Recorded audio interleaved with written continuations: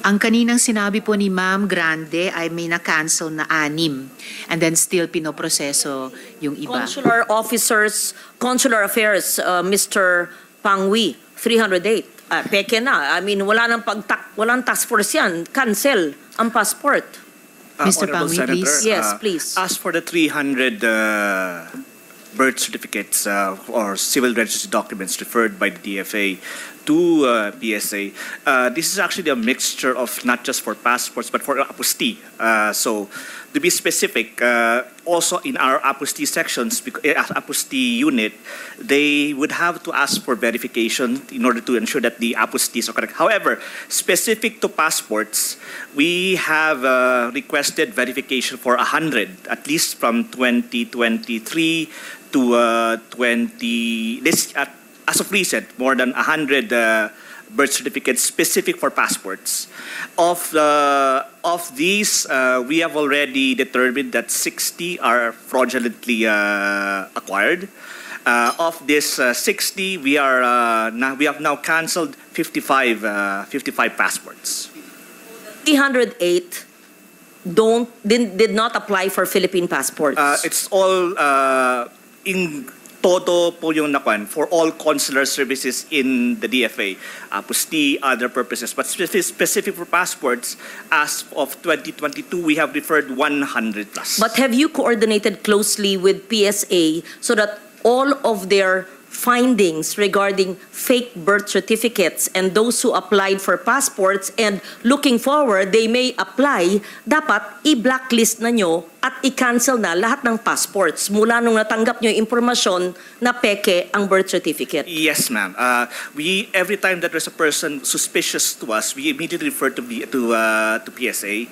Upon their verification, either kung hindi pa nakapag-apply ng passport, kasi we captured the biometrics. Once we captured the biometrics and we found it as fraudulent, we tag it as immediately as fraudulent so they won't be able to apply in other DFA offices. At the same time, if there are indeed, for example, known cases na na-issue ng passport, we immediately have these passports cancelled. And we report it to the different government, the different agencies, especially to Interpol, para po sa border controls natin, alam nila pag dadaan sa border controls, malalaman po na hindi po valid po yung mga passports na ito. Okay, since they committed this crime, we don't even need an investigation. Post it on social media because you email this. What if hindi nakita? Papalit-palit ang tao.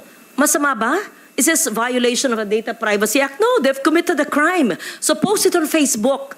These are the 308 or more or the thousands fake birth certificates, wanted, watch out, government agencies, LGUs, etc. Cancelled birth certificates, fake, okay?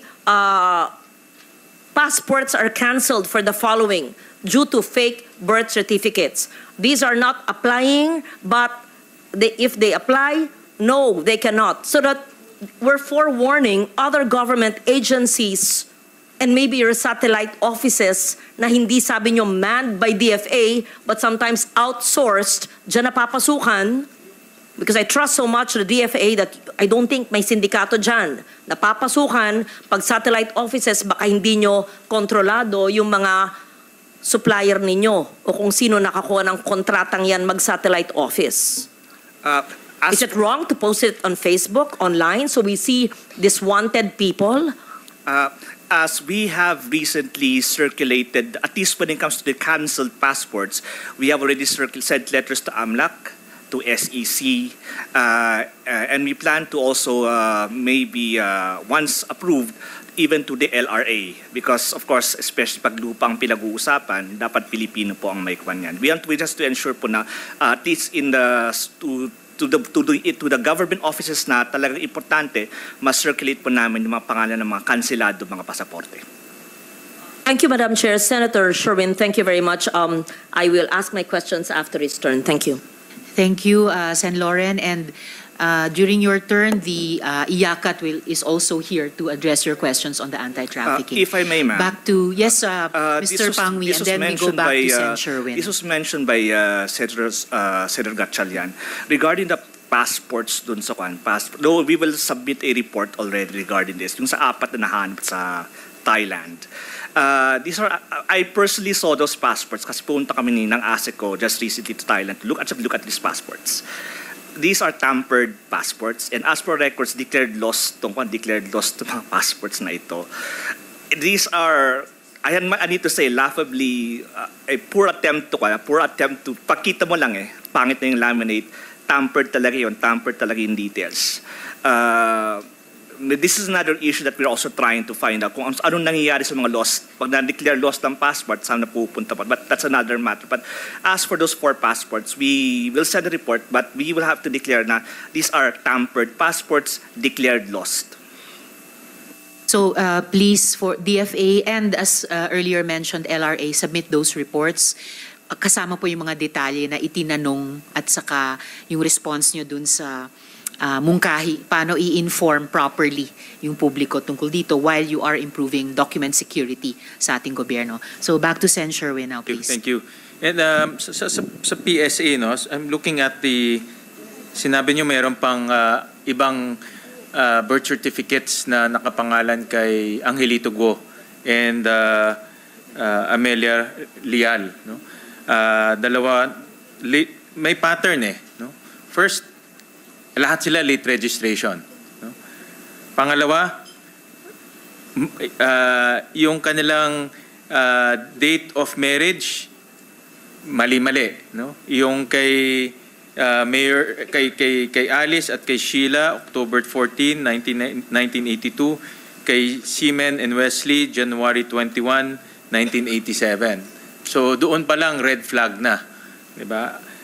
Nasabi ko nga kanina, yung Filipino, lahat Filipino, ang claim ni Angelito Go, Filipino siya in all of the application. No? So may pattern makikita natin. No? At dito rin, ang mother, si Amelia Lial, na alam natin, we can actually say fictitious dahil walang birth certificate. No? So ang suggestion ko sa PSA ay tignan itong mga ito. No? At mayroong pattern. No? So, ibig sabihin, mayroong basis na dapat maimbestigahan. Of course, ito ay ang applicant, hindi naman si Mayor Alice Go. Ang applicant ay si Angelito Go. No? Who, I think si Mayor Go mentioned na father niyan. I think that is Angelito Go and si Go Jiang Zong. No? Is one and the same. Tama po ba, Mayor Alice? Your Honor, yung Angelito po is the Filipino name po ng tatay ko po. Yeah. And by virtue of what nakuha niya Angelito Go? Paano niya na, is it an alias? Is it a nickname? Nickname po niya, Filipino name po niya, pero siya po ay isang Chinese po. But in the legal documents, ano ang kanyang,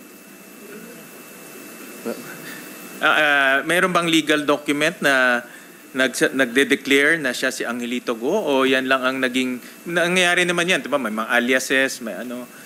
Your Honor, sa pagkakaalam ko po, wala po ako nakitang any documents po na Angelito Go po. So ang official name niya is si Go Jiangzong po. Go Jiangzong. Okay. And anong birthday ni Mr. Go Jiangzong?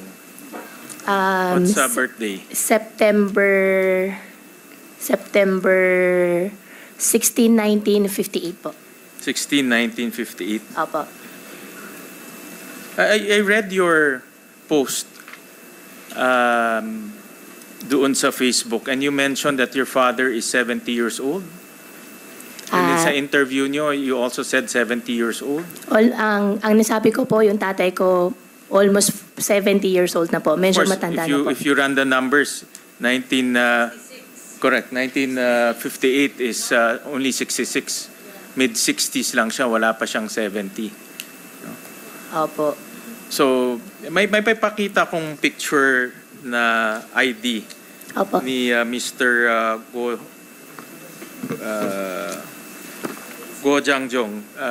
Can we show that to the ano?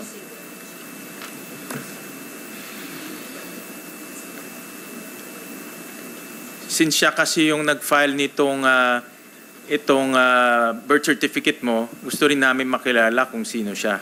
So, ito ba siya? Use the mic. Opo, Your Honor. Siya ito. Opo, This siya is, po. just to put on record, this is an ID, the passport supplied by the Bureau of Immigration. No? So, makikita natin dito, Chinese passport ang hawak niya. In fact, mukha pa siyang bata dito. No? Hindi siya mukhang 70. And you confirm this is your father? Opo. Okay. Ano ang trabaho niya dito sa Pilipinas? Your Honor, meron po siyang embroidery po. Embroidery business. Opo. Yan ang masasabi. Nakita ko, napakita ng ating share, marami ko yung kumpanya. No? Binilang namin parang 8 companies. No? So, at least 8 companies. Ito bang embroidery is your main business? Kasi narinig ko rin kanina, may mga sinara, may mga hindi tinuloy. What is your main line? Ano yung, hindi natin pwedeng sabihin rin na, narinig ko sa mga interviews mo, ordinary ka. No? But isang ordinaryong tao, walang helicopter. No? Hindi ka pwede maging ordinary kung may helicopter ka. No? At salian mo is almost, in terms of assets, maabot ng 300 million. No? So that's an ordinary person. So ibig sabihin, meron kayong kakayahan, which is fine. No? Kung may negosyong legitimate, wala namang problema doon. Ngayon, ano ba ang main business niyo na nakakapagbigay sa inyo ng yung mga assets nyo sa SALN at iba pang mga assets? Your May main business na kumikita para sa inyo? Your Honor, yung sa tatay ko po, yung embroidery, tapos may farm po kami. Embroidery and farm. Opo. And what's the name of the embroidery? QJJ Embroidery po. Embroidery. Ito yung nasa Valenzuela, di ba? Marilao po. But at one point in time in Valenzuela. Opo. Okay. And then QJJ Farms. Opo. Okay.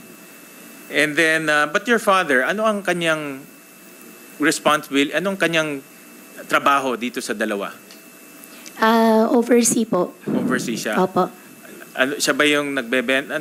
Anong binebenta ng embroidery? Anong produkto ng embroidery? Embroidery po, yung tahi po. So, nag-embroider kayo para sa... Kayo ang embroidery lang, nag-embroider, di ba? Opo, yung embroidery po, parang po siyang subcon service po. Darating po yung either cut part po, at dun po i-embroider kung ano po ang ilalagay po dun sa tela. Okay, and then sa farms? Sa farm po, baboy po. Baboy. And Opo. itong dalawa kumikita? Opo.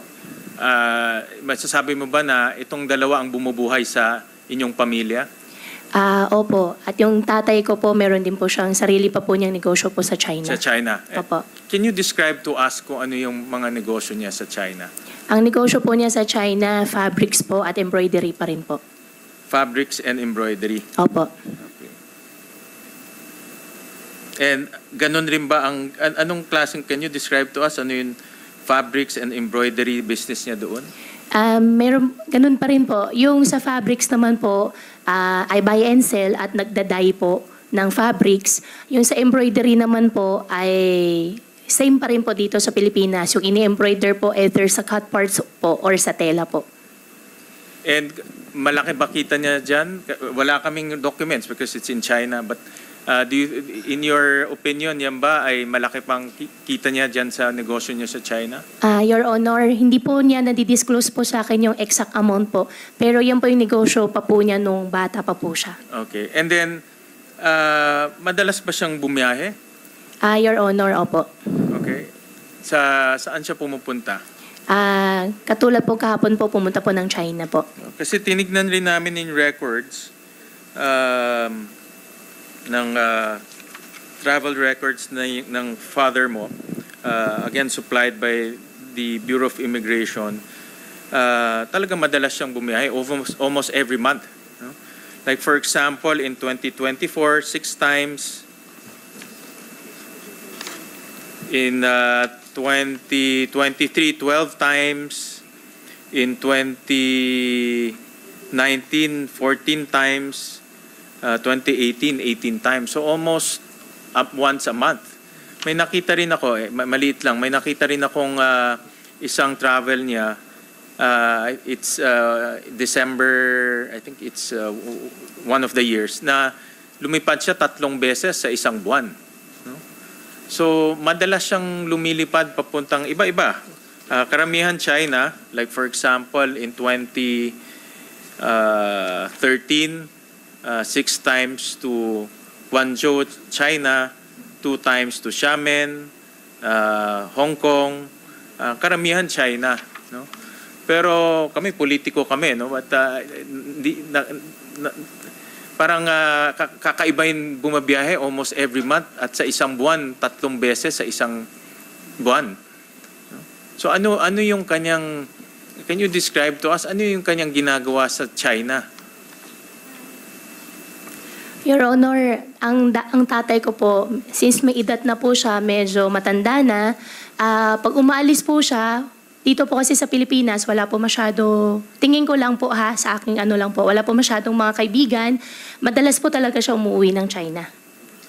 And anong ginagawa niyo doon? Is that your Nag-oversee, business? may negosyo po siya sa China na ino-oversee pa rin po niya. Oh, kasi napakadalas no. And for his age, talagang napakadalas pumiyahe. At nag-umpisa to since 2016. No? 18 times siya bumiyahe papuntang China. Almost 2 times in a month. 2016 po. 2016. Almost 2 times. Your Honor, yung mga ibang travels po ng tatay ko na po, since hindi ko naman po siya araw-araw na kasama, ang alam ko lang po, umuwi po ng China. Sumasama ka sa kanya? Hindi po. Nakasama ko lang po siya yata once or twice nung Based medyo on bata pa po. records, 16 times mo siya kasama. Sa China po? Yes. Ito. Hindi po ako nakarating po ng China ng 16 times po. Hindi lahat naman China may ibang 16 times kayo magkasama. Bumiyahe. Possible po na 16 times po, pero sa China po wala po. Hindi ka ilang beses kang sumama sa kanya sa China? Sa China, ma-check nyo rin naman po sa record, baka once or twice. Hindi pa lalampas ng 3 beses po. Ang dad mo ba involved sa Baofulan? Hindi po. So ito negosyo mo lang. Opo. Daddy ko po, hindi po At kasali. kanina narinig ko sinabong pinahiram ka ng pera. Your Honor, binigyan po niya ako. Binigyan ka ng Opo. pera para bumili ng lupa. Binigyan po niya ako, actually in fact, binigyan po niya ako ng pera pang-invest. Ang lagi po niya sinasabi sa akin, ako lang po mag-isa. At pangalawa po, ayaw po niya ako pumasok sa politika. Kaya gusto niya, ipatuloy ko na lang daw po yung negosyo. Yung negosyo. Pero, Sen. Sherwin, if I may just briefly interject. Dahil nabanggit ni Sen. Sherwin yung Baofu ulit, if I could Opo. just quickly ask the Department of Justice, napakinggan nyo na po siguro, who is going to speak for DOJ here?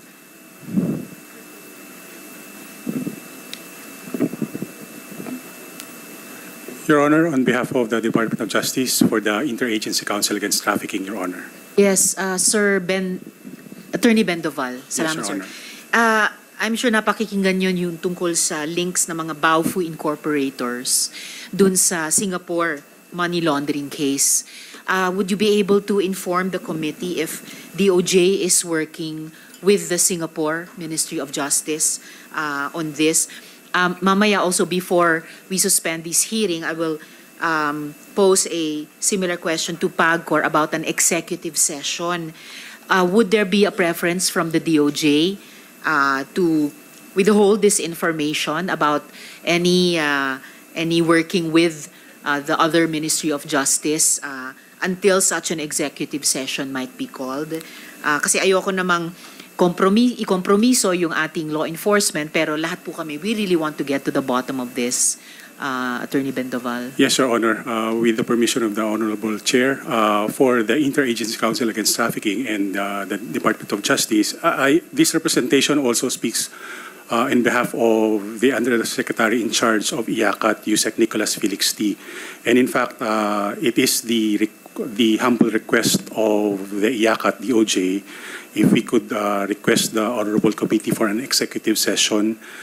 In fact, Your Honor, IACAT would like to apprise this committee as regards to the whole POGO scheme, not just the operation in Bamban Tarlac, together with all other operations conducted since last year, so that we could have a more deep and comprehensive discussion on this, so that finally we can resolve any problems.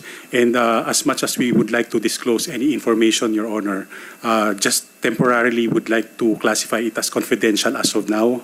And after, and if granted of an executive session, then perhaps we could discuss more freely, Your Honor, please.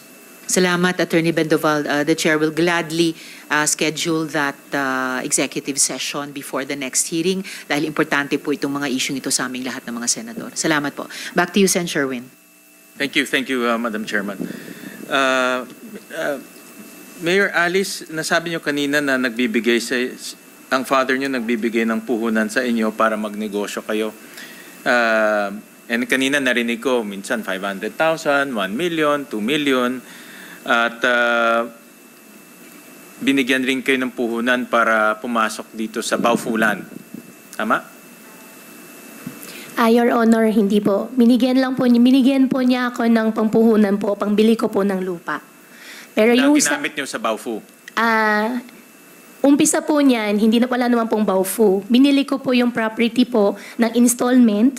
Tapos nung nabili ko na po yung property, that's the only time po na in-invite ko po yung mga Chinese po, yung mga investors po na mag-invest po doon sa lupa ko po. I'll get to that. Pero gusto ko lang makita kasi o maintindihan kung ano ang klaseng tulong binibigay ng father mo sa iyo sa pagnenegosyo o dito sa pagbibili ng lupa. Nagbigay ba siya para sa pagtakbo mo bilang mayor?